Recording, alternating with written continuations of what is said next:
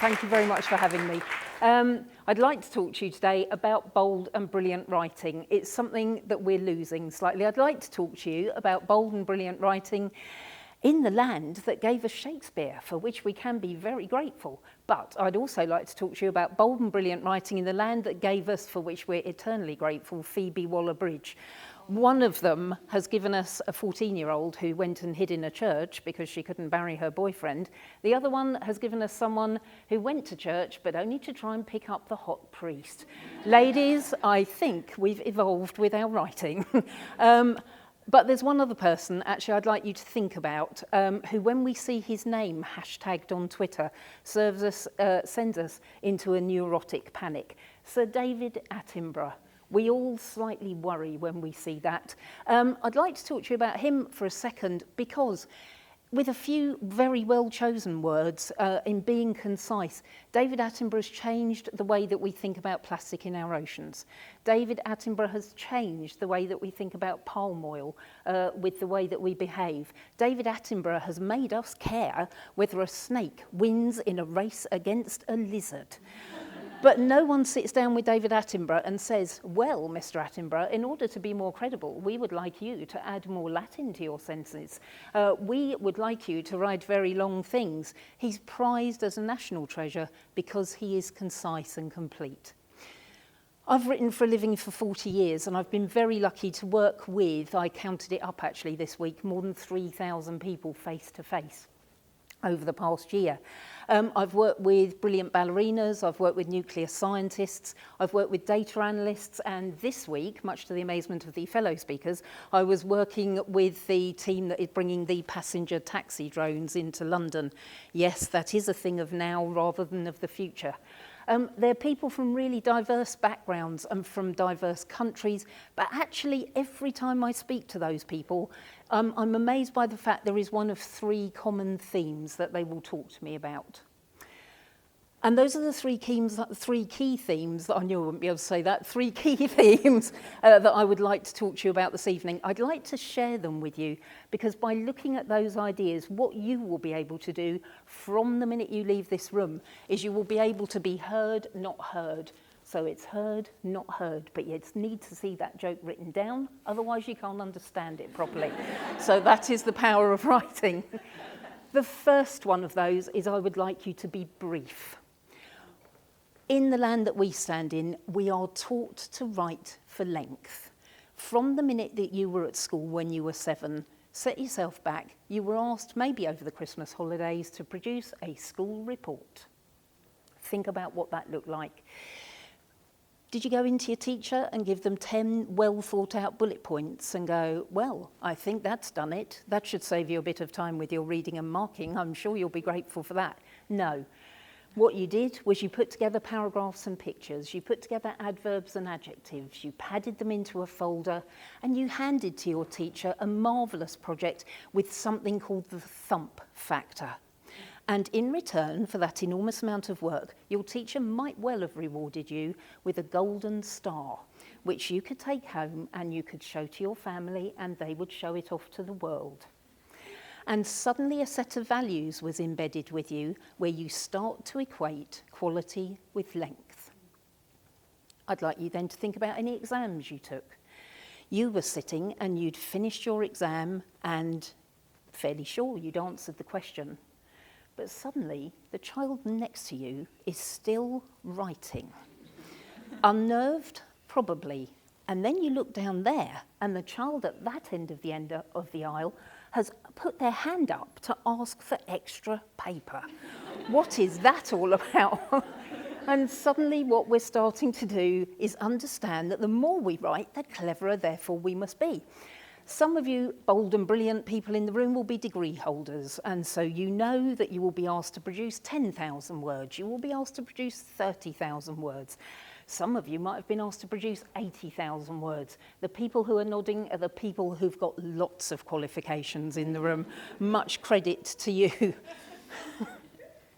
But actually what we need to be thinking about is the value system that's setting in with us. It's the value system that sets us off to work and we start to equate quality with length. And instead of writing a nice short email, what we start to do is we write about robust frameworks to engage our stakeholders. And we start to look at overarching strategies for the empowerment of those within our areas of work. And suddenly we are starting to create emails that we don't want to read ourselves. I'm very interested in the process of this. And we are plodding on and we are padding through, and actually we're dreading the anticipation of reading this email. Life's too short, but sadly, many of the documents that we read nowadays are anything but. I'd like to illustrate this little section about brief with a small story. I'd like to go back to the year 2005 in the States. I'd like to talk to you about a young man called Sam who had decided that he wanted to apply to one of the world's leading educational institutions, Princeton University. Sam, we have to assume, had done all the work to get to Princeton. His family had set his expectations. He wanted to take the next step on the career ladder. That's where he wanted to go. Sam, we have to assume, had worked evenings, had thought about the way he was going to progress, and the personal statement he would have to send into that university. And Sam, we can almost safely assume, was waiting by the door, having made that application to try and see when the postman was going to bring that. Now, of course, that was the States, so he had a bit of a longer walk than we had here because they have those post boxes at the end of the drive. I just want you to picture that properly. So what happened is Sam's waiting. Now, in our house, we knew with my children, and I'm very lucky 2 of them are here tonight, thank you, is we knew if they got to university because of the size of the envelope. If you got a big, thick brown envelope full of accommodation details, full of the menus that they would be treating you with, pretty sure that you got in. If it was a slim envelope, there were probably the best wishes from the university, but actually it was best wishes, but we don't want you. Kind of a mixed message when you are writing there. Now, Sam was waiting, let's remember, but actually something was going on in the hallowed halls of Princeton University. A man called Steve Menage was working with his colleague Frank, and what they had done is they decided to listen to their students and the way that they would be able to read information. It's probably best for the next bit of the story if I just ask Erica to flag on to the next slide. This is the letter that Sam received. Sam received this letter, yes, an enormous yes with an exclamation mark. We hope and assume they were kinder to the kids that didn't get in. And Sam's letter was shared on a website, a very prestigious graphic design website, as being an example of an extraordinary practice for communication. As on any website, there's a readers forum underneath it. I'd like to just share you a couple of comments that were on the Readers Forum. As you will expect from any Readers Forum, the comments were, well, let's have a look at those. I'm going to need to read this because I'm not entirely sure that I will be able to gather the correct style and tone if I was delivering this on my own. So the very first comment in response to Graphic of the Day, Princeton University Acceptance Letter, was from a gentleman who said, "In my view, the Princeton admission letter is undignified, paternalistic and poorly expressed. Many high school seniors receiving word of early acceptance probably won't mind being addressed by their first names. However, paired with the great big yes, this extremely significant notification has the level of gravitas of a yellow smiley face. One hopes the One hopes the successor to the acting admissions director, whose signature follows the 2 feeble sentences of welcome, will be less market influenced." Oh no, that was terrible. Fortunately, the very next comment was a little bit better. Obviously it works, communicates instantly and remembered forever.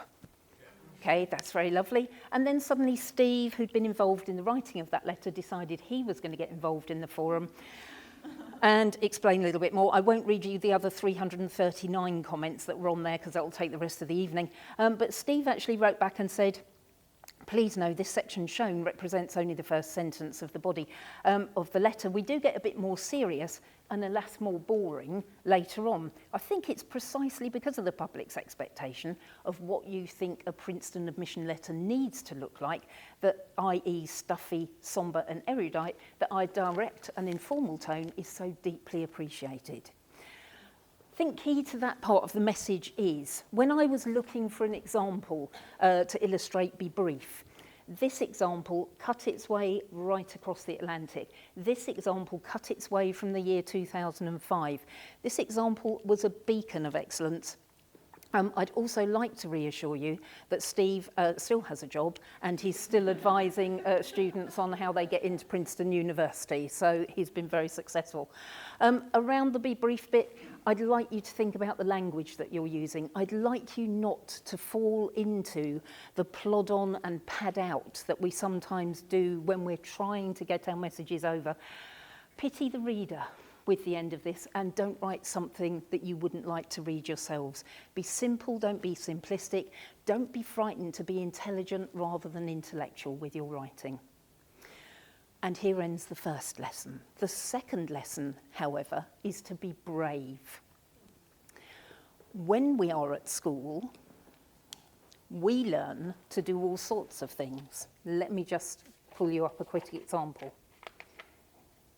We learn to play with words. Julie had mentioned in our house a clown was a happysad. In our house, when you got pins and needles, they were fuzzy feet. But suddenly what happens is, as you grow up, the lexicon of language changes because you want to become part of a tribe, because you want to become part of a herd. It might be your social media group. It might be the group that you work with.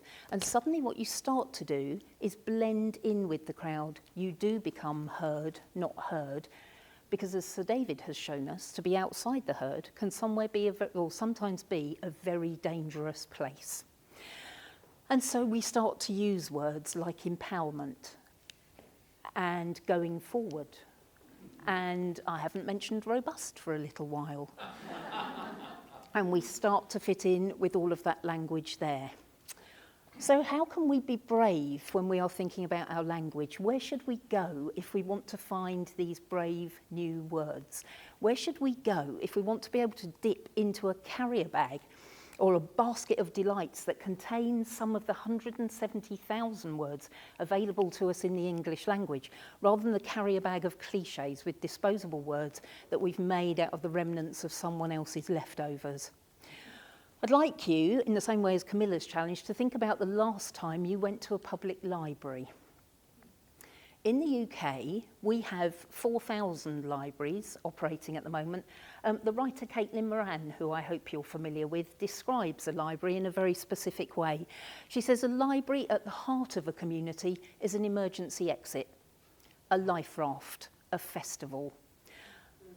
A library at the heart of a community, she says, is a cathedral for the mind. It's a fairground for the imagination. It's a hospital for the soul. We've got these 4,000 libraries. They employ on average, or not on average because that would be a lot per library, they employ across the UK 15,000 people. But the interesting figure is there are 5 times that number of people who volunteer at their local libraries. These are people for whom the importance of brave new words are enough that they want to spend their own time going and passing those words on to other people. So my second lesson is please be brave with your words.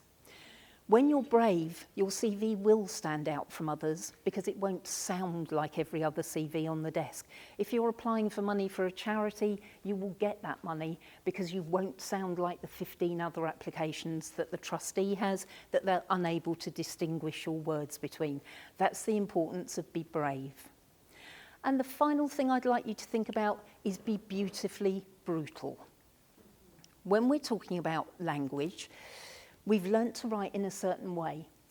Julie said I've been writing for a living for 40 years. I'm very glad to say that's longer than many of you in the room have been alive, but I am glad because I know I am alive at this stage. Now, a small history lesson. When I learnt to write on something called a typewriter. Some of you might need to Google what that is, unless you live in Hackney. So there. Now, with a typewriter, it took a lot of effort to write. What you had to do was open the cover, find some paper, find some carbon paper, change the ribbon. And then you thought before you wrote. Because if you typed something out, what would happen is you'd have to type it all out again. Nowadays, I think a lot of you will write straight to screen. we have a different psychological reaction when we do that. What happens is we form a bond with our words. We've typed straight to screen, and then we try and cut and paste. We move it about. Someone asks us if they thought that was clear. Of course we did. We wrote it that way. And what we're doing now is we're trying to edit our own work. We know that's very, very difficult to do. There's a psychological reaction that stops you from being able to do that. What I would ask you to do is think about how can you plan your work before you start to write lengthy sentences. There are swathes of research coming out now about how easy to understand our work is once our sentences get long. If our sentence is 15 to 20 words, it's fine. If it's over 30 words, we start to lose our reader. By the time it exceeds 40 words, our reader only remembers 10% of what we've written. I hope you're sitting here thinking, I would never write a sentence of more than 40 words, but I'd ask you to go back and check, because they can sneak in unexpected. Where they sneak in is where you want to write, I'm telling you this, and I'm mentioning this, but there's a caveat that this might happen, and suddenly you're there. Think about how you feel when you have an email correspondent who you know writes like that to you, and I'd like you to think about who that might be. And that's how long it's taken you to think about it. We don't want to produce anything that we dread. When I went to college to study journalism, my tutor told me this story and he claimed it as his own.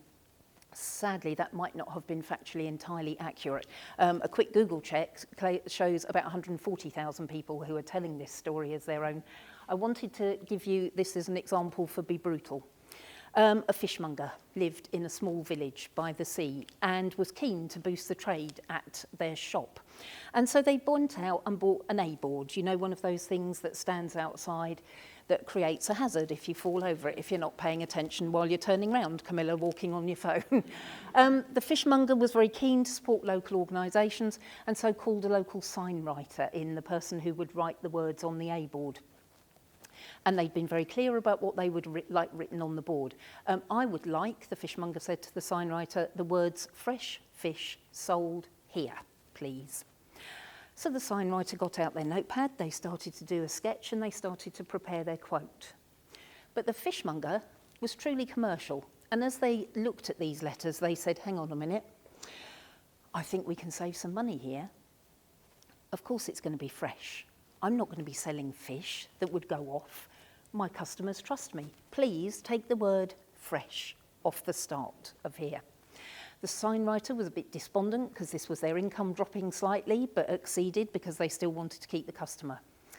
Wait, said the fishmonger. Actually, of course it's here. The A-board is here, and so they can see it. Please take the word here off. All right, said the sign writer, very happy to do this. At least I can use bigger type. Maybe I can charge more for more chalk. Well, said the fishmonger, while we're at this, they're looking through the window. They can see it's fish. And of course I'm selling it. Let's just scrub all of those words all together, shall we? The sign writer picked up their pad and they were very depressed because they thought they'd lost the job. Wait, said the fishmonger, we've got 4 more words now.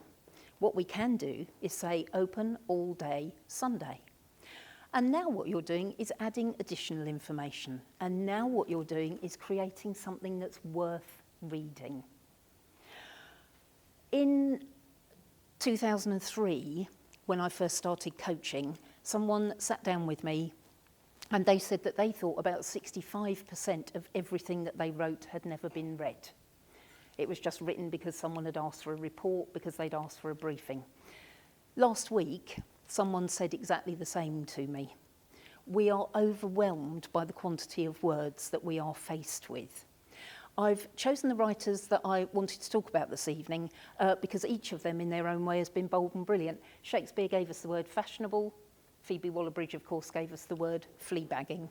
What I would ask you to go out and do after this evening is be bold and brilliant with your writing. Be brief, be brave, be brutally beautiful, and make every word count. Thank you very much indeed.